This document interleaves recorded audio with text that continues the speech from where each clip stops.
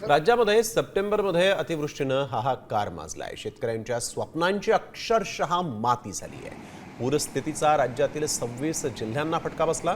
नव्यानं पंचनामा झालेले जवळपास 32 लाख हेक्टर जमिनीचं नुकसान झालेलं आहे.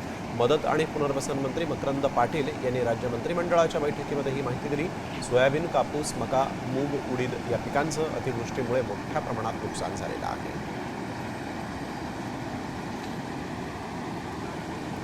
तर जूनमध्ये आपण बघतोय 1.34 लाख हेक्टर इतकं नुकसान झालेलं आहे. जुलैमध्ये 1.44 लाख हेक्टरचं नुकसान झालंय. राज्यामध्ये शेतीचं नुकसान कसं झालंय ते आपण बघतोय. ऑगस्टमध्ये 24.44 लाख हेक्टर शेतीचं नुकसान झालंय. सप्टेंबरला 26 लाख हेक्टर शेतीचं नुकसान झालेलं आहे. अहिल्यानगरमध्ये आपण बघतोय 5,78,798 हेक्टर. जिल्ह्यात किती नुकसान झालंय ते आपण बघतोय. बीडमध्ये 5,71,100 हेक्टर.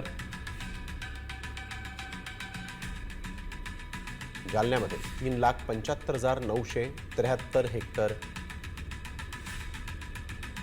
सोलापुरात 3,35,134. धाराशिवमध्ये 1,81,200 हेक्टर शेती जमिनीचं नुकसान झालेलं आहे. संभाजीनगरमध्ये 1,66,226 हेक्टर. तर यवतमाळमध्ये 1,37,568 हेक्टरचं नुकसान झालं आहे. बुलढाण्यामध्ये 64,684 हेक्टरचं नुकसान झालेलं आहे.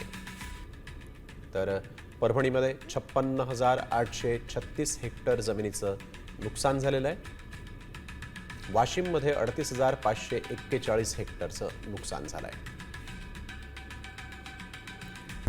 आता isakal.com आहे देशातील नंबर 1 ची मराठी न्यूज वेबसाईट. प्रत्येक अपडेटसाठी isakal.com ला नक्की भेट द्या.